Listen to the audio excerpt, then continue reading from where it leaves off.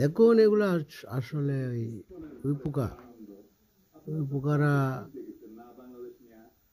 মাটির নিচ থেকে এই তো উঠতো আগের আমলে, অনেক দিন আগের কথা বলছি, প্রায় প্রতি বছরই আগুন মাসে, অগ্রহায়ণ মাসে এগুলা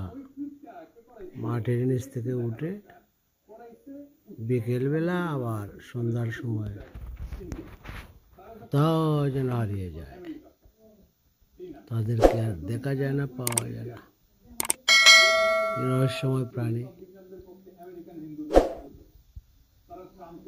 উড়তে উড়তে ফ্লাইং করতে করতে ওদের পাকাও পড়ে যায়, অনেকগুলো মরেও যায়, অনেকগুলো আবার উপরের দিকে উঠে চলে যায়, আবার পাখিরাও